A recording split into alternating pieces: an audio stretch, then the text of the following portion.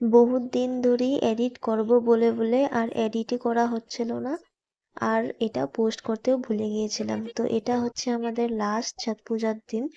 বাড়ির সামনেই আমার এক আন্টি, উনি ছট পূজা করেছিল। তো উনি একাই এখানে ছট পূজা করে, আর আমরা যত সব আশেপাশের লোকজন ছিলাম সবাই মিলে উনার হেল্প করছিলাম।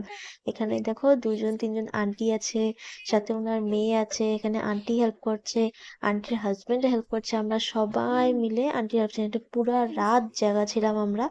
ছোট্টবেলা তো বহু ঠেকুয়া খেয়েছি ফ্রেন্ডসের থেকেও, কিন্তু ভাবিনি যে আসলে ছট পূজাটা যে এত এত পরিশ্রম আর এত কষ্টের। এই ফার্স্ট টাইম আমি ছট পূজাতে সাহায্য দিলাম সবার সাথে মিলে। আর পুরা রাত জেগে যে ছট পূজা করে ও নিজে কত কষ্ট করে, কত শ্রদ্ধাতে এই পূজাটা করে, আমি আজ জানতে পারলাম। তোমরা আমাকে দেখতেই বুঝতে পারছো আমার ফেসটা কেমন হয়ে গেছে, চোখগুলো কালা হয়ে গেছে সামান্য একদিনে। আর যে করে, যারা ছট পূজা করে ওরা কত কষ্ট করে, কত পরিশ্রম করে এই পূজাটাকে করে, কত শ্রদ্ধা দিয়ে এই পূজাটাকে করে।